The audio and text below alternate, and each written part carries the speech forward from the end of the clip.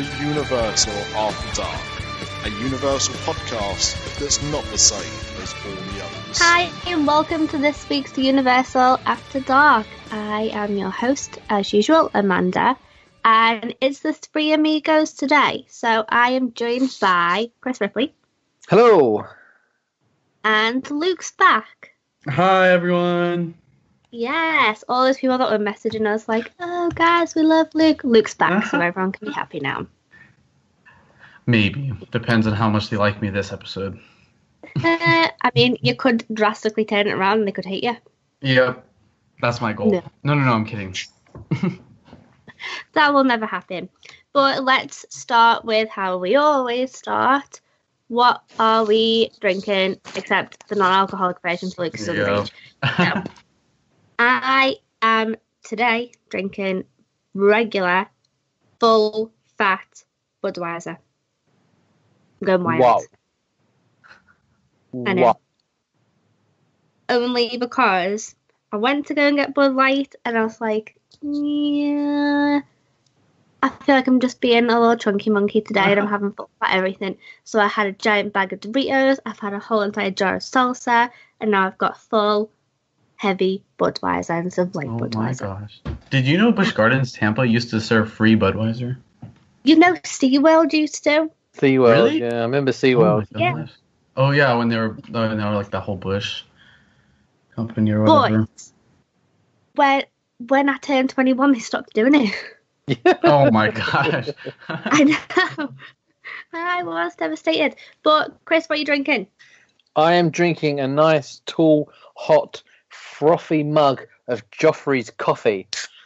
Ah, that lovely taste of Joffrey's. You think they bought it? Yes. You're so determined. That was good. I feel like I was in a commercial. Yeah. It's definitely not a Bud Light, okay? Yeah. Okay, Luke, what are you drinking? A nice bottle of Dasani water. Crazy, I know.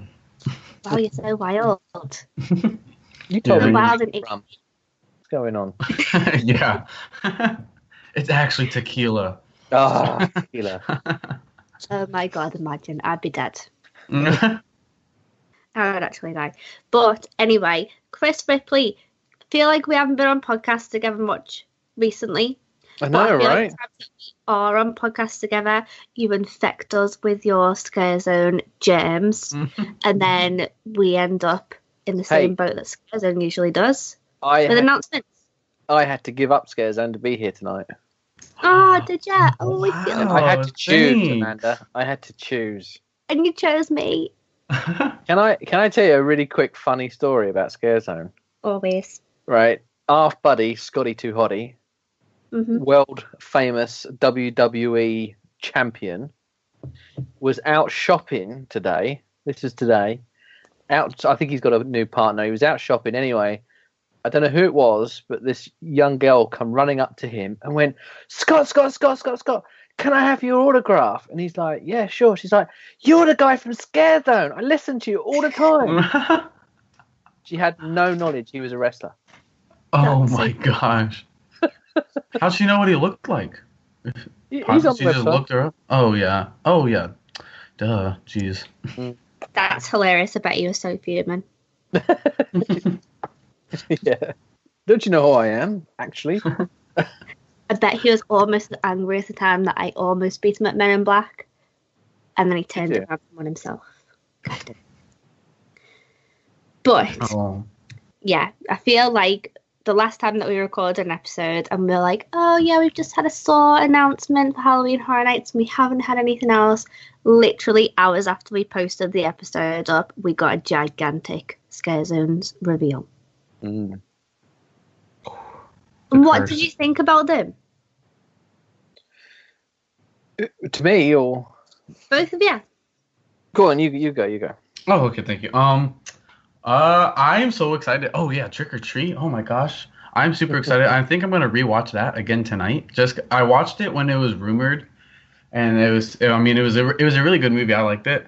So, and then that ScareZone already looks awesome. I know that's the one they have the most props in right now. And And The Purge, I'm excited to see come back because I only got to go see that, I think, once during 24 because I only went once to the event, and that was a lot of fun. What else? I freaking love The Purge. I've heard so many people complaining about The Purge. Why? Mm-hmm. No, I'm excited to see what they do. Yeah, I had a message, I think it was maybe this morning or last night from someone, and they're like, oh yeah, I don't think people are too happy about it, and then, there's another rumoured house, and what if it's going to be inside that house? And I was like, well, honestly, if it's the house that is rumoured, which is a Blumhouse house, and The Purge wasn't in it, I'd be pretty disappointed for it to not be there, because that's silly. But The Purge works amazing as a scare zone, so I am so excited. The Purge scare zone, when we were in Hollywood one time, it was the scariest scare zone I've ever been through. It was intense. Was it? Yeah, it was intense. It, honest to God, was like being in the film. Yeah, because I talked about this in the video that I posted a few days ago, and I might have maybe spoken about it a little bit on the last episode, but I feel like things like The Purge work really well because they could be real. Yeah. So that adds an extra level of scariness to it. And I love the Purge films. And then, there's talks of the Purge TV show. That sounds... I don't know about that. Because I feel like... Because it's all just one kind of basic concept. And I feel like if they did that, they'd kind of run out of ideas fast. That's just my opinion. I don't know. Amanda and I interviewed the guy whose idea that was. Oh, yes. Crap. Really? Oh, wait, yeah, I remember that episode. Because when I was listening to it in my car, and then I was talking back to nobody, and that was my exact thought. I was like, how are they going to do that with that plot? I mean, it would be interesting. I would definitely watch it, like Fear the Walking Dead, but then that got really boring. Well, I haven't seen Fear the Walking Dead, and honestly, I drift in and out of regular Walking Dead, but I can still appreciate that Walking Dead's really, really good show. Yeah. In the same way that I don't think The Purge is the best film ever made. I don't think any of the Purge series are the best films ever made. But I think the idea of it is really cool. I think it works well. It does seem like TV is having a bit of a renaissance with horror at the moment. Seems to be a lot of horror TV shows since Walking Dead now. Yeah. There's loads coming up on Netflix. No. Oh, that was good. I saw one advertised yesterday. There's like a comedy horror. The guy from Parks and Rec and his girlfriend's son is the devil's child or something. Oh, it's coming on. Yeah, it's coming on Netflix next month, I think.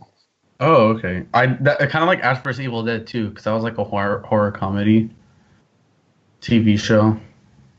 And it looks like Chris Ripley. What? Who's Campbell? They're like identical. Yeah. Okay. These really are. One day I'm going to put you both in a room, and then I'm going to be like, guys, pick the Chris Ripley. No, shoot him. Yeah. I'm really, really, really, really excited about Trick or Treat. I have been so desperate to have this at Halloween Horror Nights for years, and I had that Sam head in the back of my car on my back car seat since April. I literally sat there on my birthday in April, paper macheing all day long, and I was like, I'm positive that's going to come. I'm positive that it's going to. So I'm going to make this costume, and I'm going to be prepared. And the longer that I've waited, I've been looking at it every day when I'm driving to work, and I look in my little rear view mirror, and I'm like, it's not happening, Sam. You're not coming to the event this year. So you're the guy with the flute then, yeah? Yeah, that's me. That's me. You know what? That's why I got so angry with him, and I had to block him, because he kept posting every day, and I was like, mate, if it was coming, now it's not going to come, because you're just absolute harassing everyone about it. Yeah, Universal probably got fed up. Yeah, getting so wound up. I was like, mate, you're ruining everything. Cut the friggin' Sam head in my car. But I love Trick or Treat. I think I've seen people the last few days saying that they don't really understand the film. I think it's a film that you maybe need to watch twice. It's an anthology film, so it doesn't follow a kind of a set structure. It's kind of a little bit all over the place at first, but then once you kind of get to understand where it's going, it's a really, really good film. Well, I haven't seen it yet, but I'm going to watch it. I've paid for it, so it's pending for me to watch. Hopefully this weekend I'll see it. But we had the S.T.R.I.K.E announcement, and then that night Universal went out and put a lot of their trick-or-treat props out in that area. So the next morning, people were in the park and saw all these props, and they were taking photos. And I got so many emails from people saying, these are the props and sets from Trick or Treat. Trick or Treat's definitely coming. And then by, I think, about lunchtime or whatever it was, then Universal announced all the scare zones.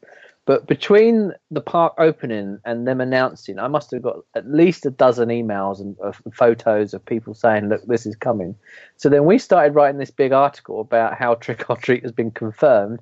And then literally before we went to publish it, boom, Universal hits us with the reveal of all the scare zones. Oh my gosh. They're monitoring your computer. Yeah, probably. They're just going to wait. Yeah, probably. The thing that... Oh, sorry, go ahead. No, go on, Luke, it's fine. Oh, I was going to say that there's this movie on Netflix called Tales of Halloween. I don't know. Have you guys heard of it? No. It's basically like a trick-or-treat movie, how there's a bunch of different stories all in just one big movie. And I watched that after I watched Trick or Treat, and now they're very, very similar. Like, I forgot the whole storyline of Trick or Treat after watching this movie because they were just like so similar. So I don't know if anyone knows that movie, Tales of Halloween. But yeah, if you find it on Netflix, it was kind of good, pretty funny. It was kind of like another Trick or Treat movie. Yeah, I don't know really know where I'm going with this. I've not heard of that one. What? I did watch another anthology one, and it was called, I think, Holidays or something like that. That was on Netflix. I spoke about it a while ago on here, where I thought that it was going to be like Trick or Treat, and it really wasn't. It was really rubbish. Oh, jeez. Have you seen VHS? I know that's another like different, like a bunch of different stories all mashed into one. No, I haven't seen that, but that's a really good movie.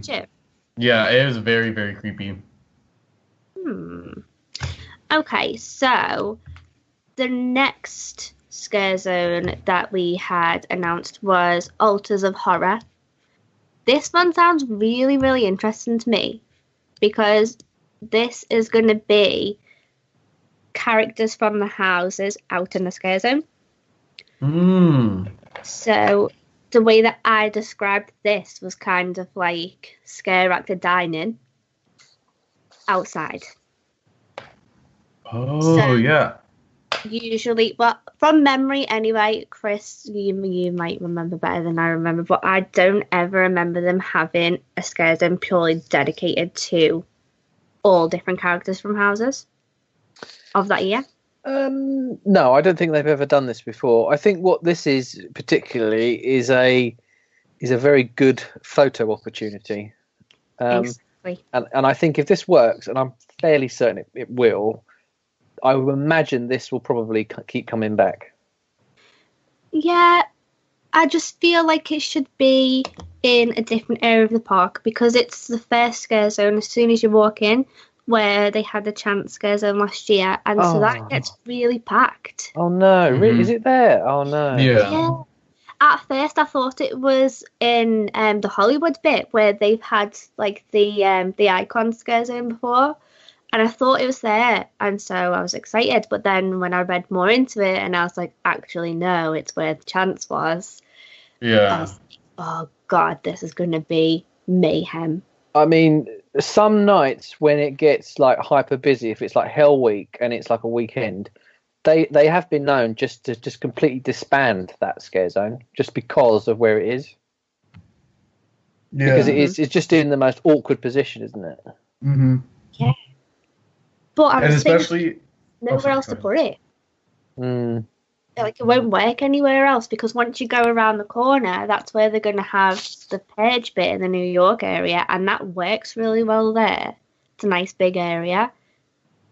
Does this spread into Shrek Alley? I think it will. Okay, well, it's not too bad then. So that's not too bad. But Chance didn't. No, she didn't, did she? Oh, yeah, because part of Shark Alley was part of the Krampus line. Mm-hmm. I think that's why they didn't do it. Yeah. It sounds good. Like, I'm imagining, like, Jack Torrance and the Grady twins and all the cool original characters all being out on there. So in my head, it's amazing, but in my head, it's empty. Yeah. So I'm unsure about this one, really.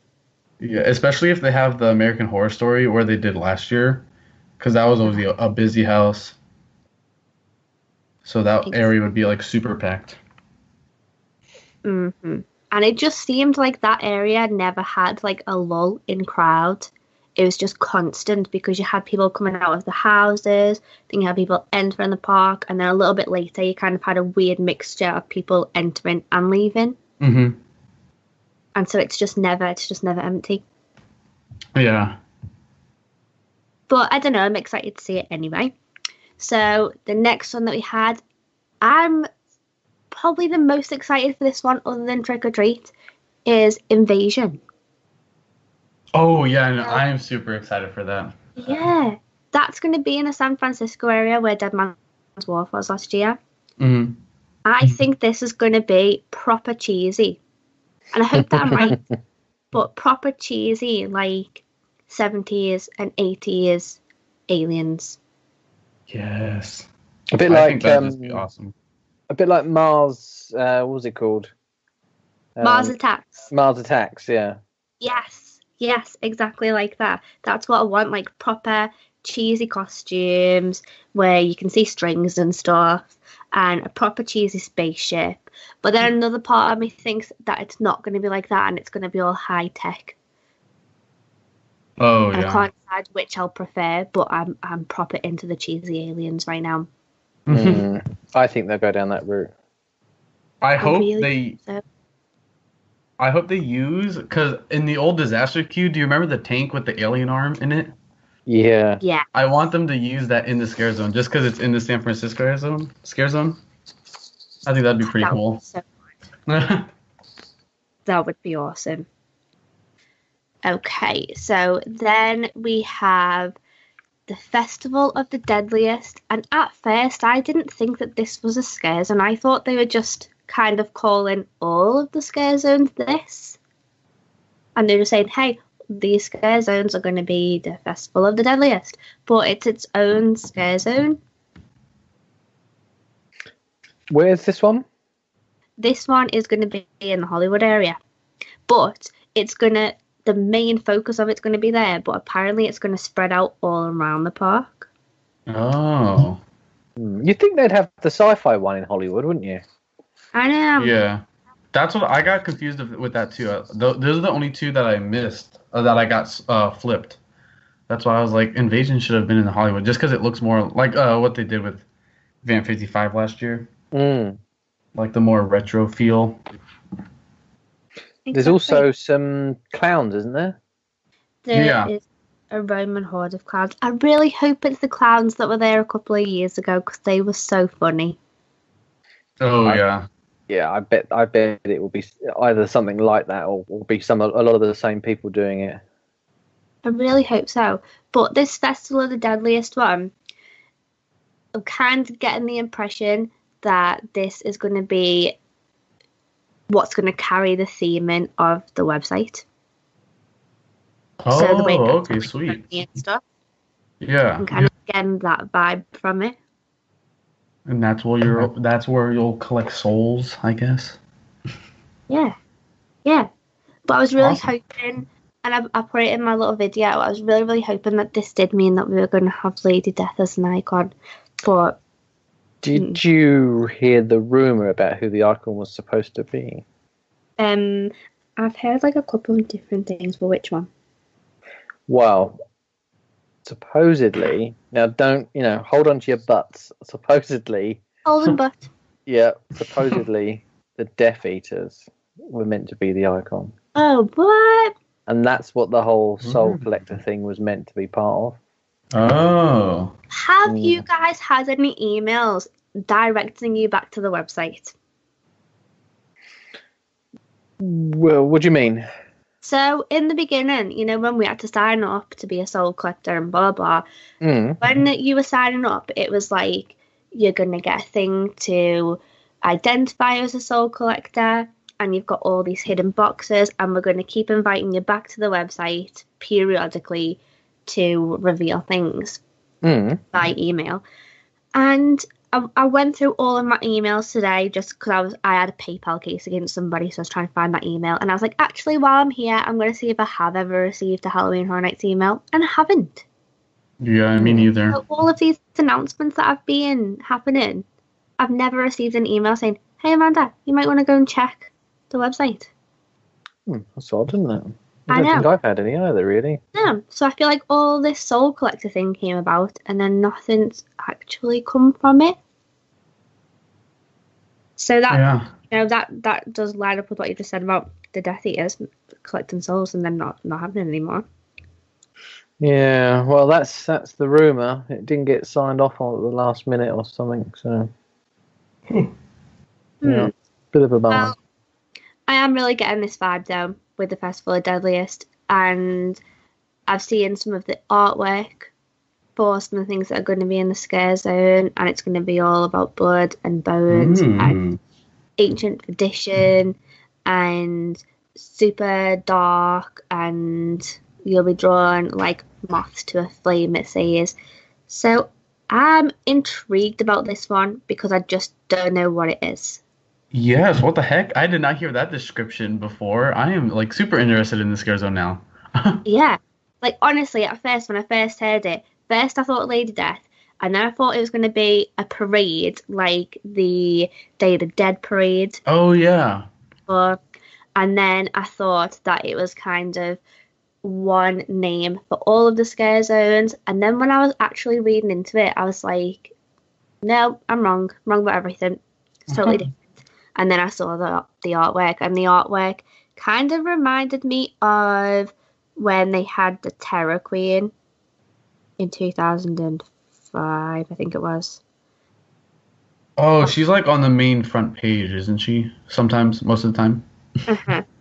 Yeah. And so it's all like dirty bones and that. I don't know, maybe she might make an appearance. She was cool as fuck. She was one of my favourite people at Horror Nights ever. But then we were told that Academy of Villains is coming back, and everyone's so happy about that. Yes. I think that's why Bill and Ted's is ending, in my opinion. Do ya? Yeah, because last year, because it was a standing show, I know a lot of people tried to like fight to get a better view, and I think that if I know a lot more people who have been talking about Academy of Villains, and I'm like, if they're just keep on getting bigger and bigger, I know a lot of people are going to see them more, and they can't really keep them or keep the audience in that little tiny area just standing around, you know? That was just my thought. I feel like it was a good show. I wasn't expecting to like it as much as I did like it. Mm-hmm. And I know in the run-up to Horror Nights last year, Chris, when you'd first... I think we found out live on the podcast, didn't we? Could have done, yeah. I'm sure that we did. And I was like, dancers at Halloween Horror Nights.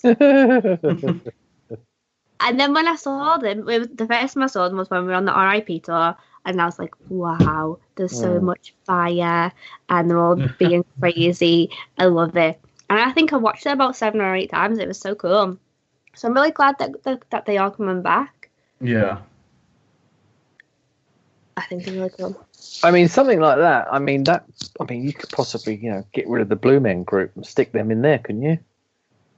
Well, do you think the Blue Men group are going to go now?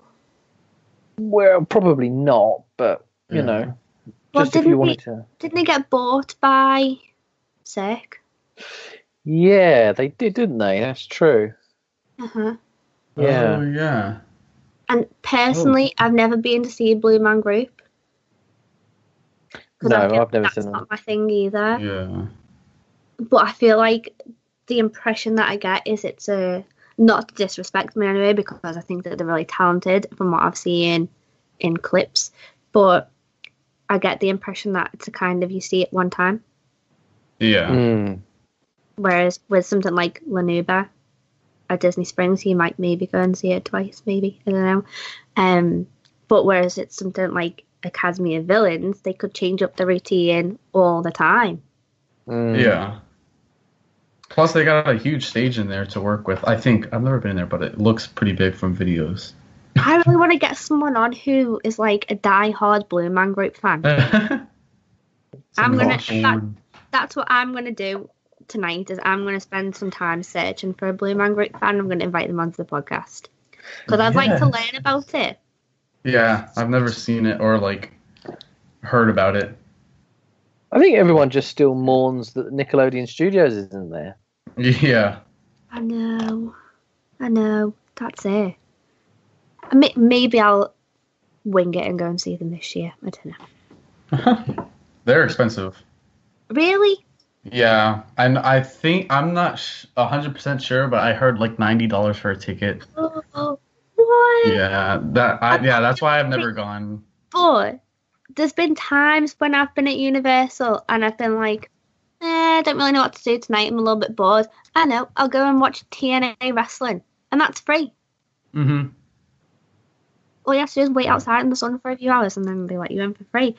So then I'd rather do that than pay $90 to see Blue Man Group. Yeah, I know, because I've always heard expensive prices. I'm like, nope, I'm good.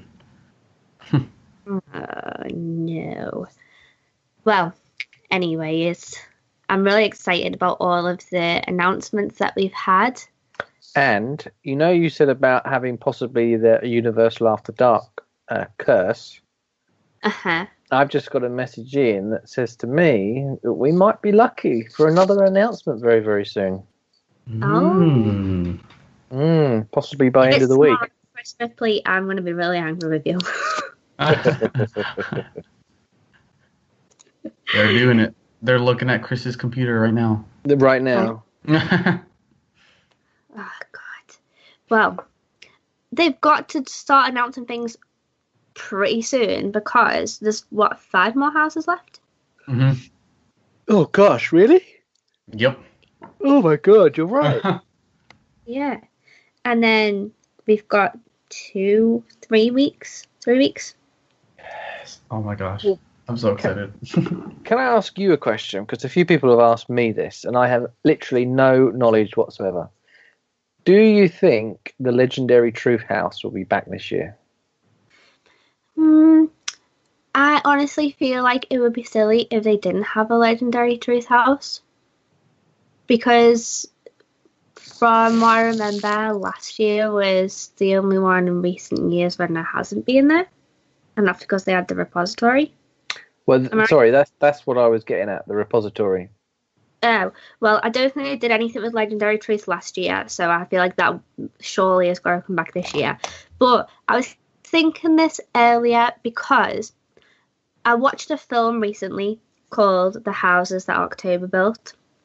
And it's very, very scary. I do not like that ending. Oh my gosh. Mate, I was so scared the entire time. But Johnny Brosnan from Quarantine is like, just watch it, man. It'll be fine. And I'm thinking the whole time, this is like real life. And I really go to see pieces like this. And I'm scared. Yeah, no, that movie was super creepy. I'm like, that still scars me.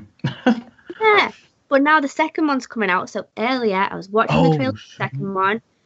And I was like, are they going to do another VR house this year? And if they did a VR house that was like this, I'd be so scared. Oh.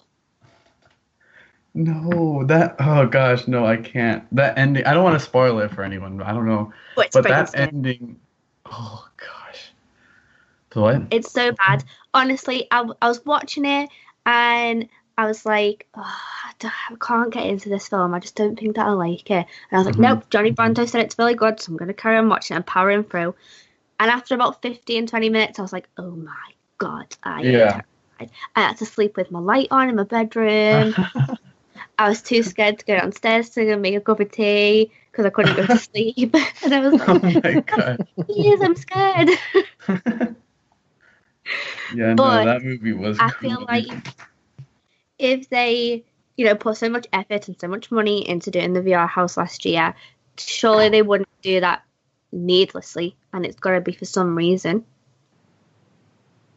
So I don't know whether maybe they'll bring it back in a similar way, or they're going to do something bigger. Mm-hmm. Yeah, because I didn't get a chance to do that last year. I know it's kind of expensive, but I heard like only positive things from it. So I feel like they're definitely going to do that VR house again this year for the extra moolah. I hope so, but Ash won't do anything like that. No? Oh, yeah. No, like, she's always fighting the Evil Dead, isn't she? That is it. She's too busy. She can't do anything. She's only got one hand.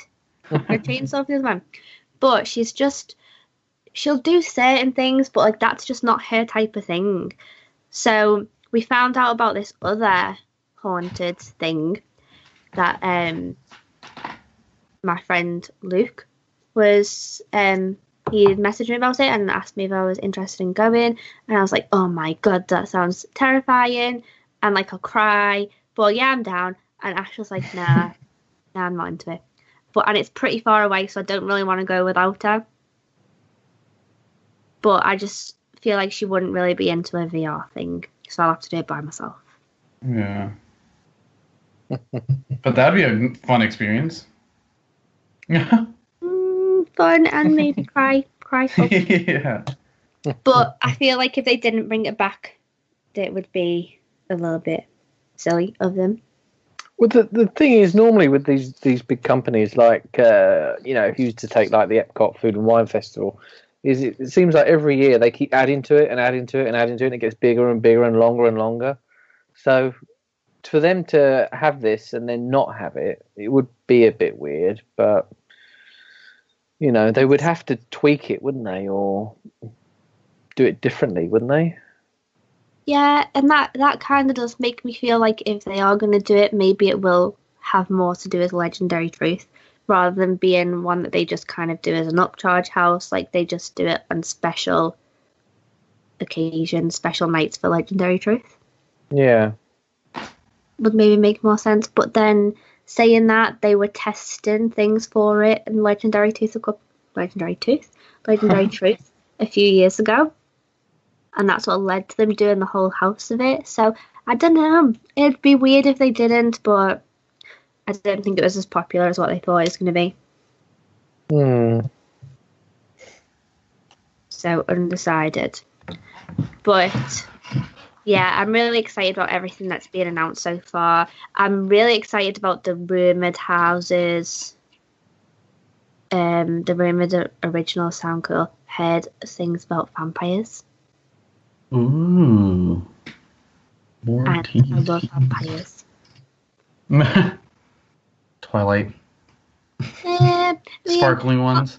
Not the sparkly kind of vampire. Yeah. More like the like Brad Pitt in Interview with the Vampire kind of vampires. I've never heard that movie. If you're listening. What? What? What was it called? Interview with the Vampire. Nope. Oh my god, it's got Brad Pitt and Tom Cruise in it, and they're both vampires. I know who they are, but nope. I feel like such a grandma. For once, you're the one that feels old on this podcast. Yeah, exactly.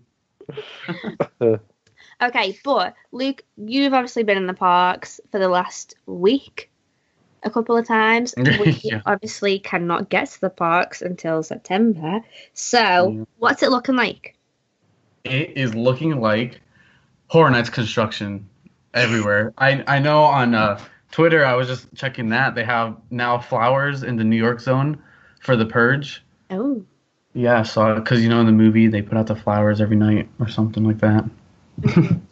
And then Trick or Treat is it looks done to me. I don't know what else they have more to add, but like they have all the set pieces out too, which is kind of weird because I know like the past couple of years they don't really have all the sets out until Horror Nights starts. Like after the park closes, then they put out the sets. So seeing like a lot of that stuff out was surprising to me. Mostly just lights everywhere. Like in the Hollywood ScareZone, they have a bunch of lights. In the San Francisco is a lot of lights. And then you probably see on Twitter the drapes for Altars of Horror in the entrance of the park, and then more lights and lights and lights. Lights everywhere. I feel like they're gonna have to start bringing out this alien spaceship pretty soon. Yes, have it crash in the water. Yeah, it's gonna have to be pretty soon because they had the Dead Man's Wharf ship out for about weeks before the event started, maybe a little bit longer. Mm-hmm. So surely that's gonna be out soon. Yes, I gotta make a trip out there soon. Yes. Once I know everything's out, then I want to go. Yes. But I mean, could you see anything house construction wise? Back behind Men in Black, they did have where the Chance house was. They had the wooden facade going up. It's just plywood right now. But last year, they had the entrance to Chance's house, which was just a big wooden brick with the screen on it, and it was like the comics, or it was like the newspaper of all the crime that happened from the previous year. And now people are rumoring it to be the Blumhouse house of horrors, House of Blumhouse. I don't know, but because the facade that's up right now, is kind of like angled, that it looks like the what's it called, the symbol for like Blumhouse. So that's why people are like, oh, maybe. Really excited about this one, you know. Yeah. If this is 100. We now have to briefly interrupt the podcast to have a few words from our sponsors.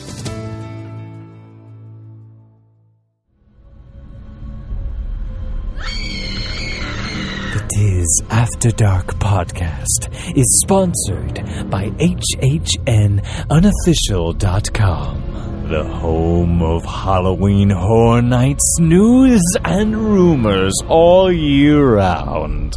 Find us on the web at www.hhnunofficial.com. So stop the fog machines and clear the cobwebs. It's time for another episode of the podcast that's nearly the same as all the others.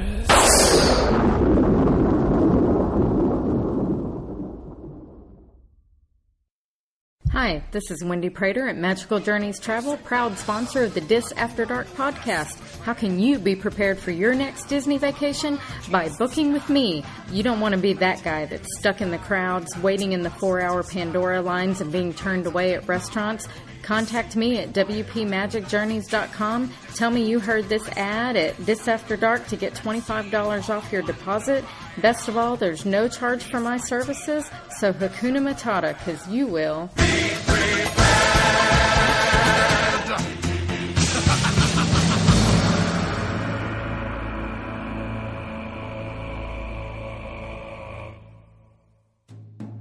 And now, back to the show.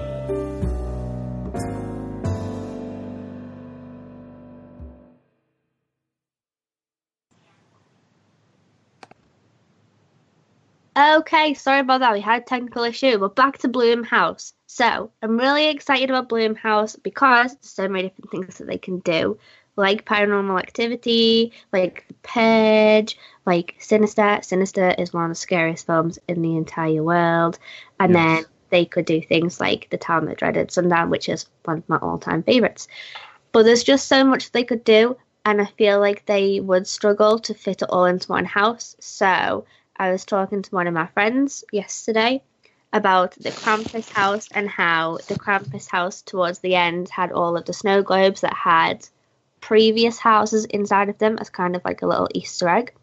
So I feel like the Blumhouse house could have things like that in it. So even if it's not going to use a film on a big scale, it could maybe have little nods to it. So I think that this would, if it is true and it is going to be there, it could be a really interesting house. I would say lower your expectations. Oh, sorry. Chris. Just because if this is, well, there's a lot of things going on in the background, shall we say. Oh, goddamn. I know. The problem is all these films have got different writers, different directors, different people own the rights to this. Oh, yeah. People own the rights to that. Then some people say, "Oh, those horror films are based on my actual life story. I'm going to sue you." And then you get all these complications with legal and solicitors and lawyers, and it's hard work getting IPs to HHN now. Hard work. Well, I have recently learned some advice from a new person that started to work for my business in real life. Not my business that I own because I don't own it, but where I work. And he's really high up. And his mantra recently is seek forgiveness, not permission. And I'm like, yeah, actually, I agree with you. It's a good way of living your life. Mm-hmm. So, Universal, I think you should just do that. My grandma actually tells me that every time I see her. Yeah, I agree. YOLO. Yeah, it's better. Or she's like, it's easier to say sorry than ask for permission or something like that. Exactly. I've never agreed with something so much, and every time he says it, I'm just like, yes, that's right. Yeah. The thing is, do it. That's how Bill and Ted always was. Yeah. Because they would seriously, before the internet, they would get letters. They would say, an executive's kid went out to this event and you're using our characters from, say, I don't know, The Matrix. How dare you? If this is true, this is a cease and desist. We're going to sue you. And then by the time they'd written back to it, the event was over. Exactly, that's it. You can't film in the houses anyway, so there's no evidence. There's no evidence. And there's what's this thing that they always say? Fair use. Yeah, fair use. So, do you think maybe that's part of the reason that Bill and Ted's going? Yeah, I think it's possibly run its course because we're in a different world now, which is sad and is a shame. But then also, physically next year, there's going to be a lot of construction. Also, there's this rumor of Harry Potter Phase 3. So there is quite a lot of different things playing into it. I don't know why they still don't do a dual park next year if there's so much construction. I honestly think that they should, because one of the best years that I've ever been to Halloween Horror Nights was the night that was the event that it was dual park. Yeah. That was one of the best times. It was a lot of walking, but not all of each park was open. Yeah, so that year, it was like half of Islands of Adventure, wasn't it? Yeah.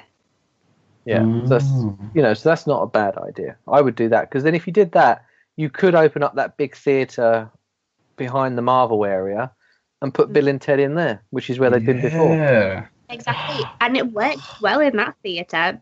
It worked really well in there. Yeah, possibly better. So, yeah, exactly. I think it's a nicer theatre than what the Fear Factor Wild Wild West one is. But do you think that Fear Factor's going to open again after Horror Nights?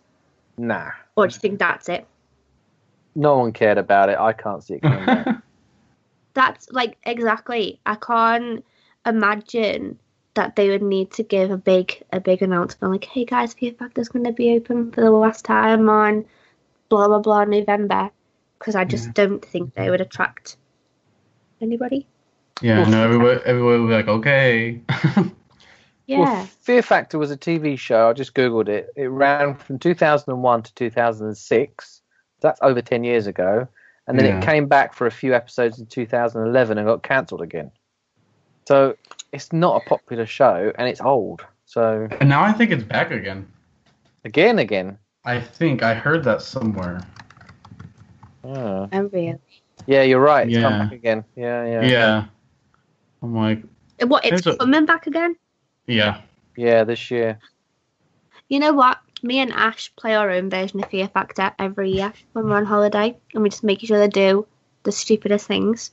We're kind of like a crossover between Fear Factor and Jackass, but girls. You should film this. We should film it, because it's much more entertaining than the Fear Factor show is. I've never seen it. You've never seen it? Nope. I tried to audition and they tell me that I'm too small, and then Luke just waltzes in, all tall and young, and they're like, "Yeah, I'll take you, no problem."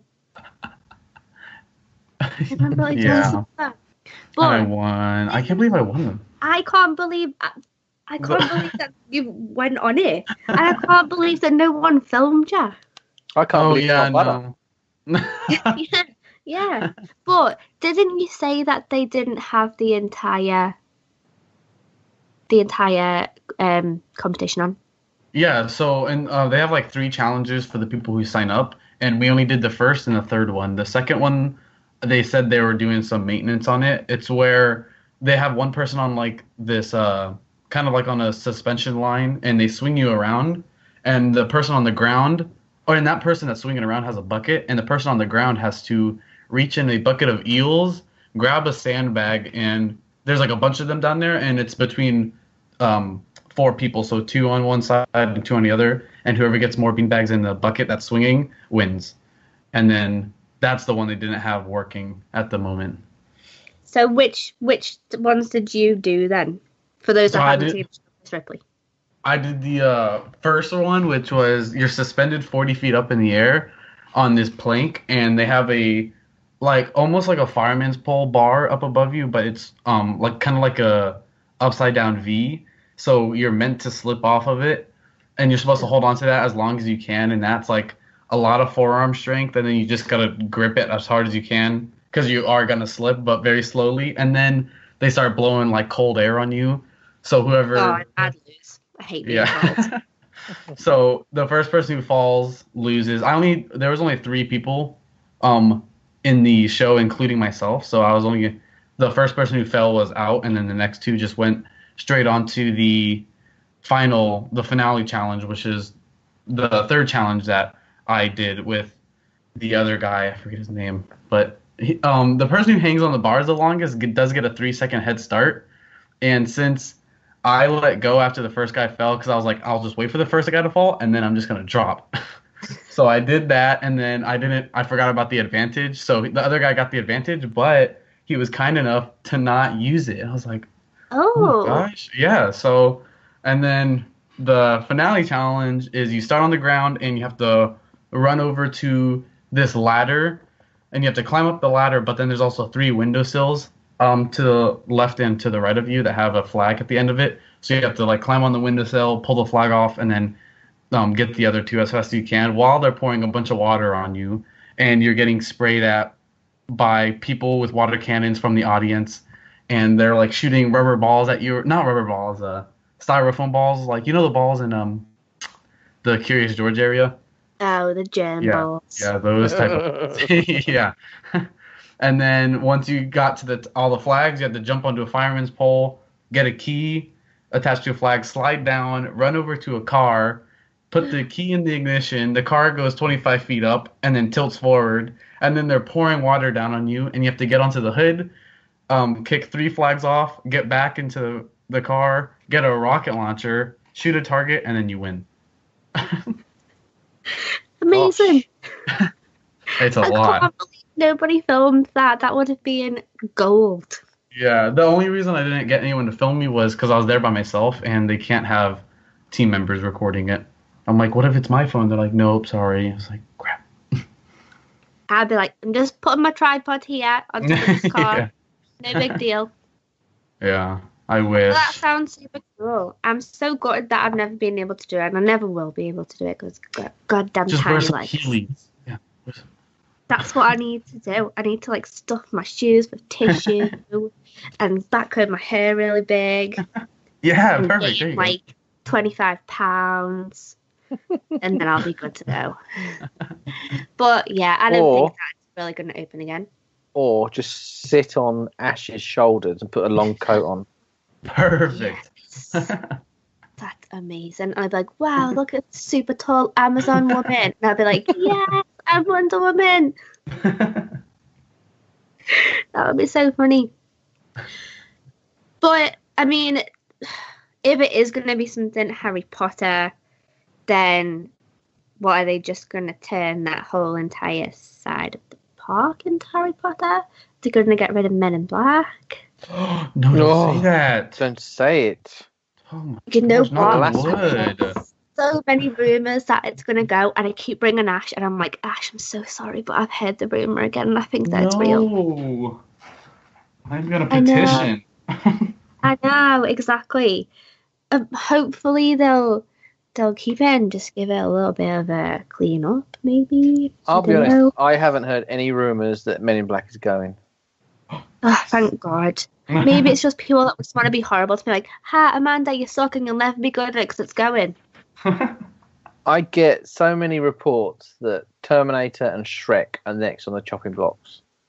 Hallelujah. They are the two. I've had so many people write in and tell me they've seen stuff that says that they're planning to put The Walking Dead into Terminator, and then they change their mind and they're going to do it, and they don't. And then I keep hearing people do it. Well, they need to have a real life Negan running out with his Lucille outside. The only thing that confuses me about The Walking Dead is I feel like that show's coming to an end very soon since they're going on to their 8th season.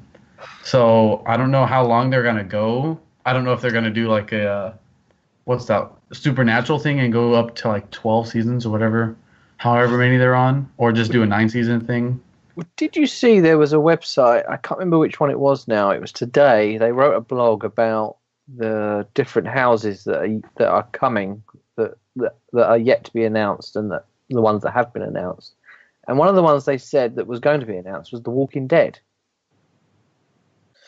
But was that a mistake? Because I've not heard that. So I thought American Horror Story was like the substitute.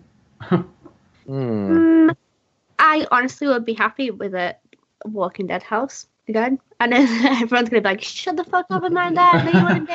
But honestly, as much as I'm not the biggest fan of the TV show, and, you know, things do get a bit repetitive if you see them every single year, when I watched the new season, well, I haven't even finished the new season, if I'm being honest, but the beginning of the new season, people were blown away by it. So if they were incorporating things like that, and maybe they were allowed to use the actual characters for once, who knows? Maybe they could have signed a super secret deal like, hey, AMC, we will do this one last time. This is it, final time now. But we're going to use the characters, okay? Spoiler alert, we may or may not have one of the actors of The Walking Dead on ScareZone very soon. Is it Negan? No. Oh, okay. Is it Steven Yeun? No. Oh. Is it the guy with the mullet? Yeah. Oh, no way. No, it's not the mullet. I don't know. Oh. It's like, I don't know who any of them are anyway. I haven't watched it for ages. I've been caught up on that.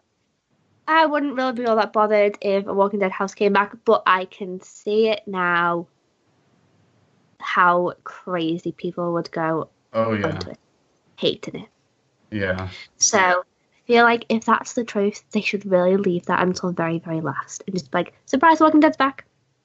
Yeah. The thing is when you've got 8 or 9 slots to fill, I mean, people shouldn't moan if there's a Walking Dead house because you're getting 8 or 9 friggin' houses. Yeah. You know, some haunts, you know, other companies, you get the same houses every single year. Mm-hmm. And it may only be 2 or 3 or 1 or, you know. So. Yeah, that's like Hall of Scream in Tampa. They usually have only 2 houses new that are 2 new houses every year. So that's why I'm like, Halloween Horror Nights, different houses every year? Heck yeah. Yeah, exactly. Exactly. How many houses altogether does Hall of Scream have then? I think 7. Oh, really? Yeah, and then usually their 8th one is kind of like it's kind of like a repository where you go in by yourself or you could pay. They've had a house like this for the past, 7 years. At first it was like an alone house where it was like Minotaur storage. You had to go walk through that alone, and then it was like a 10-minute walkthrough but by yourself. And then they upgraded it to a house called The Experiment, which was you would write down like stuff you're afraid of. You wouldn't like write down stuff, but they would have stuff that most people are afraid of, like cockroaches, snakes. You had to walk in the dark. Yeah, that one. I've never gotten a chance to go in any of these just because it's a lot of extra money. It's like $70, $80 for a ticket just for one person. So, but yeah, so that's why when I heard about the repository, I was like, oh, dang. Like, to see Hollow Scream do their house and then to have Horror Nights do their own version of it, of course it's going to be better, but, you know. Okay, well, I think we'll move on from Halloween Horror Nights now, and I quickly just want to go over some Universal guest relations, customer service type thing. So the first tiny little bit is that I've had confirmation that there is none at all 7+ ET phone covers at all in the entire park. None have been created, and they don't know when they're going to have them. So I had Mikey from Magic City Mayhem very kindly walk around the park yesterday trying to find me one, because I had a bit of a meltdown in May when I got a new phone and I couldn't get an ET phone case to fit. And I honestly was on the verge of tears in the shop, and I had all of these Universal team members trying to source me this phone case, and they're all coming back with standard iPhone 7s, and I'm like, no guys, please, I need a 7 Plus.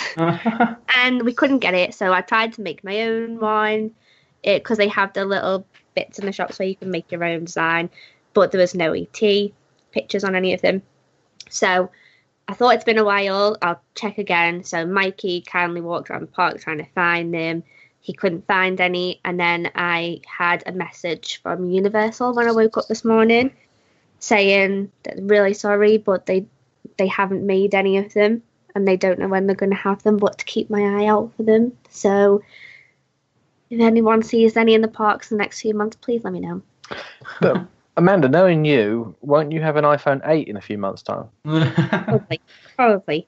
What I like to do is time it perfectly so that my phone breaks when a new one comes out. Oh, yeah. But I've only had this one for a few months, so I'm trying really hard to keep it, because 2 Floridas in 1 year was expensive. So I'm trying to keep this down.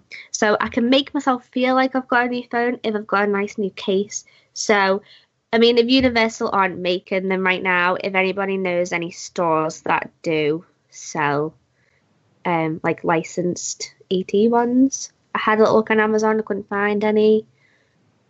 Then yeah, send them my way, because I'm desperate for a new ET phone case. I bet I know someone's got one. Oh yeah. And then like you can always check like Amazon and eBay and stuff. Well, I checked on Amazon, and then I found one on eBay, but it's pretty rubbish.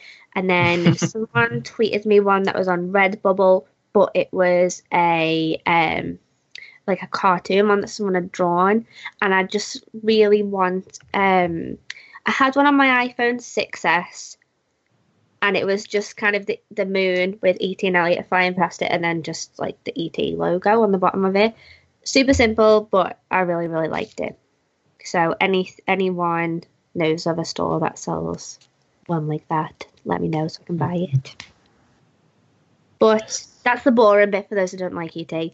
The interesting Universal guest relations bit was, I'm sure that people saw Craig's tweet that he posted from our Universal After Dark Twitter today, where he tweeted directly to Universal that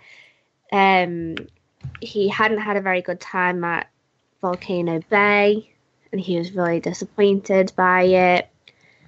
And so then he was having a conversation back and forth with Universal. They were straight on to his message, trying to help as much as they could. But basically what had happened was Craig had booked months and months ago, as soon as Volcano Bay released them, Craig booked one of the expensive cabanas at Volcano Bay, which was about $300, I think it was, maybe for the day. It was pretty expensive. So he booked that, and he was really looking forward to spending the day at Volcano Bay. And when they got there, they just couldn't get Tapu Tapu to work for them. So Craig's in a party of 8 people. so it's not the best when something like that isn't working. So they couldn't get it to work very well, and they only ended up experiencing 3 or 4 different attractions at Volcano Bay, and they were there until about 9 o'clock at night. Oh my gosh. I know. So I think it was maybe a mixture of crowd levels, but I'm going to defend Volcano Bay a little bit here in that they haven't been open for the longest time. Been open since May. But I think maybe they're still trying to find the right max crowd level. Maybe.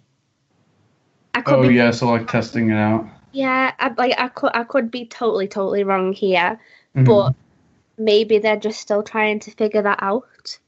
Yeah. Because there's an awful lot of slides there, rides, and things to do. So it does surprise me that I would ever feel that busy with so much there. But then that kind of tells me that maybe you're having more people than you should maybe have. So he didn't have a very good experience with that. He did have a good experience with his cabana. But then on top of that, he had a 3-park, 3-day Universal ticket, and he wanted to upgrade it to an annual pass because he's going back in September. So he spoke to the guys at the Hard Rock who were super helpful with him and said, yeah, it'll just be about, I think it was $5 or $10 to upgrade.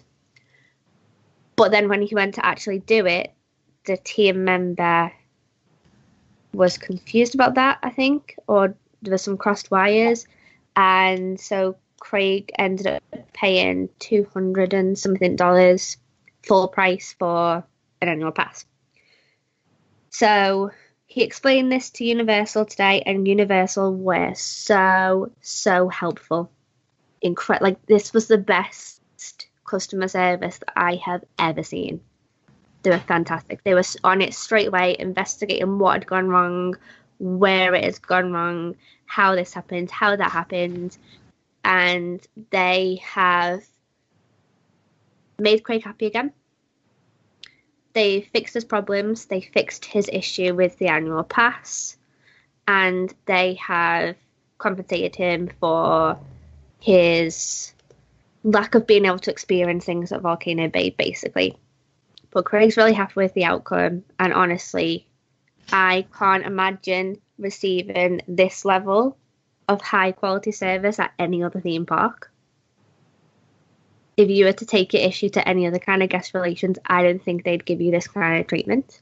Yeah, no, I've never experienced that at any other theme park. Anything like, because that's like insane to think that Universal did. I'm like, good job, Universal. Yeah, honestly, they have gone above and beyond to help him and to make sure that he's happy. You know, when we fly over from the UK, I know that it's expensive for locals and people that live in America to visit, but for us to fly over from the UK, it's very, very, very expensive.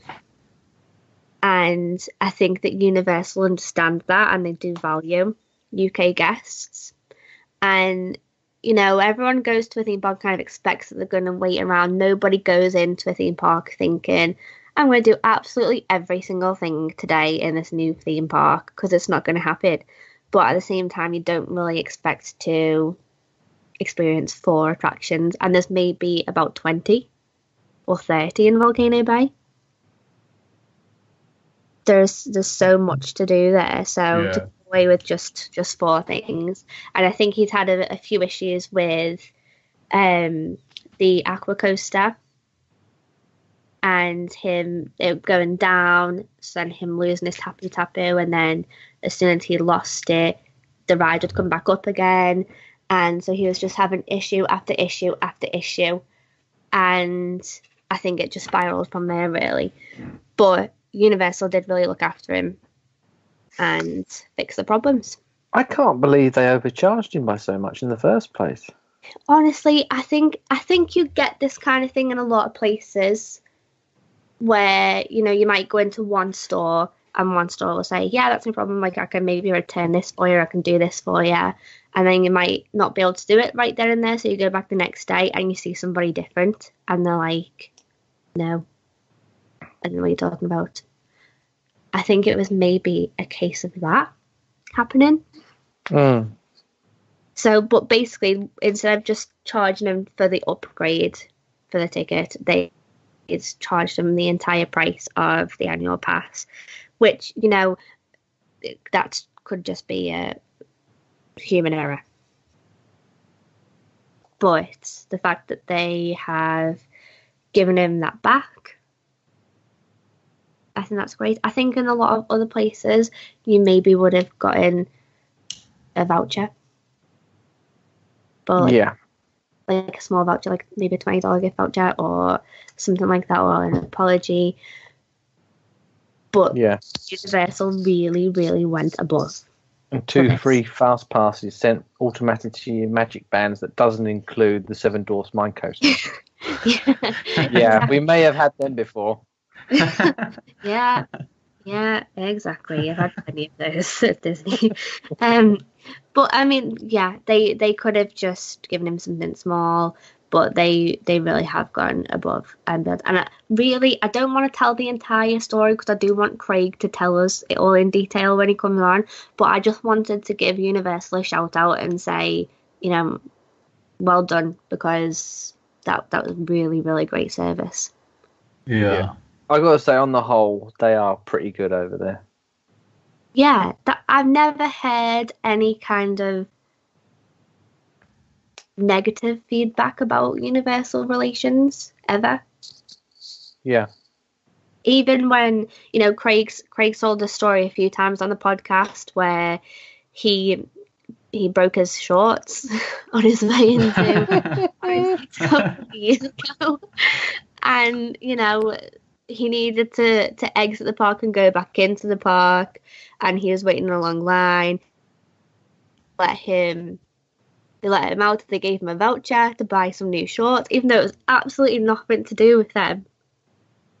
They went above and beyond again. They got him some new shorts. But they do go the extra mile. I've never ever had a bad experience with anybody that works at Universal. And people talk a lot about Disney service, but I think Universal service is just as good, if not better. Yeah, customer service is universal. Exactly, Luke. Exactly. But yeah, I do want Craig to come on and tell the whole story, because they did do a little bit more for him too. But yeah, I want Craig to tell the rest of that, because he'll be really excited to tell the story. But I want to know if you guys have had any dealings with Universal guest relations ever. Well, us two. Mm-hmm. I've had a few bits and pieces. One thing I used to do, I still do it from time to time, is I forget my damn pass. So I'll leave it in the hotel or the villa or wherever we're staying, and depending on where you've bought your pass, if you're from the UK, if you bought it in England from the English Universal, it is a real pain in the butt to try and find your pass. Whereas if you, like for example, you bought your frequent fear pass straight from Universal and it's posted to you in the UK, or you're an American and you bought it in America, literally they just swipe your credit card and print you a new one, don't they? So yeah. But no, I haven't really had anything to moan about. But anytime I've had any dealings with them over stuff like that, they've always been really good. So yeah, I've never really had anything that's like stood out. But usually, whenever I'm in those lines in front of the park, like the guest services lines, customers are always so they are just so rude. Every time I'm in the line, there's always people just complaining, and the customer service employees there, they are just always so nice whenever I get up to a window. So like me myself, I would get mad at these people, but these, I don't know, they're just always so nice and never a pain to deal with. Exactly. I've never really had anything to complain about at Universal from memory, but you know, at Disney you get things like little magical moments. I've had quite a few of those at Universal. So there was one time when I was with my boyfriend, I think it was him. It might have been Ash, but I'm pretty sure that it was him. And we were waiting to get Dippin' Dots, and I hate Dippin' Dots. I can't stand them. So I was being moody in the queue, and it was just outside of Spider-Man, and Spider-Man was closed. It had gone down, and some guy in a Incredible Hulk, like in his little grey uniforms that they wear on the ride, walked all the way over from the Hulk to me, and he was like, "Hey, why are you being all sad? Is it because of Spider-Man?" And I was just kind of looking at him like, no. And he was like, "Tell me anything at all in the park that you want to ride, and I'm going to take you to the front of the queue." And I was like, I don't know, like Harry Potter or the Hulk, I guess. And so then he took me to the Hulk, took me up the elevator to the front, and was like, "Pick anywhere that you want to sit." And I was like, the front, I guess. Sat me on the front, and then took me to Harry Potter. What? Journey. Walked me right across the park, walked me right through the castle, and took me right onto that. And I was like, what? All this because I was sad about Dippin' Dots. That's awesome. What the heck? I know. I was like, why? Why is this happening? But then in contrast to that, one time I was in Animal Kingdom in Disney, and I was in, I think it was Tusker House, maybe. And you know that I'm dead picky with food, but I was like, I'm just going to get like a croissant or something, I guess. And they're like, "Hey, we're going to give you this magical moment, so we're going to take you to the special room and just wait here." So I sat in this room away from everybody else, and it was just me and Ash and our boyfriends. And then they come out with real cutlery. So no plastic forks and knives, no plastic plates, real plates and real cutlery. And I was sitting there like, Mickey Mouse is going to come out in a minute, and Donald is going to come out, we can get all these pictures. And the only thing magical about it was the cutlery. That was it. They just gave me real cutlery. I was like, this is not a magical moment. I could do this at home. Yeah, what the heck? It was honestly, I felt like I was being punked. Yeah. And I was just kept turning around like, waiting for my magical moment. Yeah. She did come out with a cake as I was leaving, and I was like, friggin' that it, cutlery. And she gave me a cake, but it was like a really crap cake. Like it wasn't even like a full cake? No, it was like just a really crap rubbish waste kind of cake. I don't even remember what kind of cake it was, but I remember like I didn't want to throw it away because I felt bad throwing it away. I think I made Ash eat it, and she didn't take it. But like, yeah, Universal's rather good at their magical moment. Do you know, funny story, the first time we ever went to Islands of Adventure, so this would have been 99, 2000, something like that. We went into that Dudley Do-Rights ride, and it was a really hot day, and we got so far and the queue was quite long, and we decided, it's too long, let's go do something else. So we turned around and walked out, and as we walked out, there was a guy, what do they call them, custodians, cleaners, and he stopped and said, "Where are you going?" He said, "Well, the queue's too long, it's no, you have to try this attraction, it's amazing." So he grabbed us and he took us and put us straight at the front of the queue. What? Oh my gosh. I just remembered it as you were saying about it. It's crazy, isn't it? That like little things like that, like they make your day. Like I felt I was buzzing when he took, because the Incredible Hulk at the time was like a 2-hour wait. Oh yeah. And I was walking past everyone waving like, "Ha, sucker." Yeah. You can feel the glares. Yeah, exactly. And I was like, haha. And I didn't even have to eat any Dippin' Dots. But yeah, little things like that, I think really they do make your day. And then obviously what's happened with Craig just reinforces everyone's kind of love of Universal. Yeah. Can't beat it. Exactly. But yeah, I want him to come on in and tell the whole entire story. And he is he's away for maybe another week, I want to say. Or he comes back towards the end of this week. So I think he maybe will be on the next episode. and he's going to give us a full trip report. He'll be on Dis After Dark giving us a full trip report of his Disney dealings. And if you are one of our Patreon supporters, then there's going to be some exclusive audio from the parks coming to you. But is there anything that you guys want to bring up really quick before we leave? No? Think so. Any breaking news? Only that a couple of people have messaged me that saying that they reckon there's an announcement this week. I hope it's tomorrow because I'm off work tomorrow and that gives me time to make a costume. Ooh. Oh, yeah. Okay, so Luke's had some videos come out this week, so go and watch them because they're real fun. Yeah. Nah, they're not that great. You can laugh at me all you want. They're really funny, and if you want to, you can go on Snapchat and put cute Snapchat filters over Luke's face while you watch them, because that's what I do. Oh my gosh. I make him a pretty little princess. Oh, but yeah.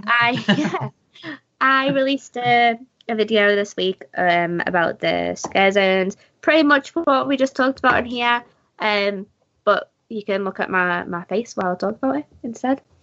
And we have a Dis After Dark that came out this week too, so go and check all that stuff out. Plus, if you haven't already, go and buy Chris's book on Amazon, because we've got 3 weeks left till Halloween Horror Nights, and you can cram all that knowledge into your brain before the event starts. So we'll post links out to that too. Ooh, one thing. Oh, Can I say one thing? Okay, this is totally off topic. But as you know, my hair is like crazy long, right?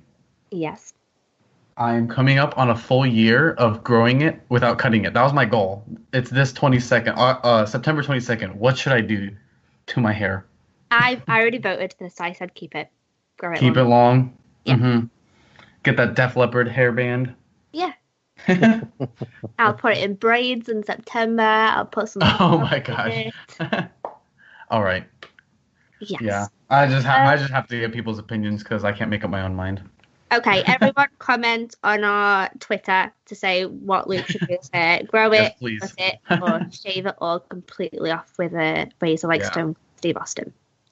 On that note, goodbye. We'll see you next week. Bye. See ya. Bye. What? We hope you've enjoyed this podcast.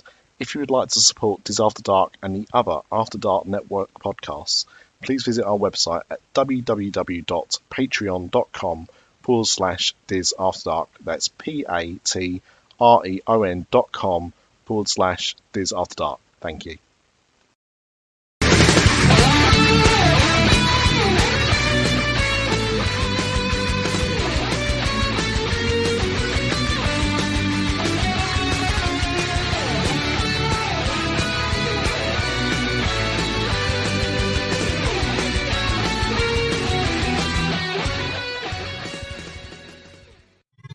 This podcast is part of the After Dark Podcast Network.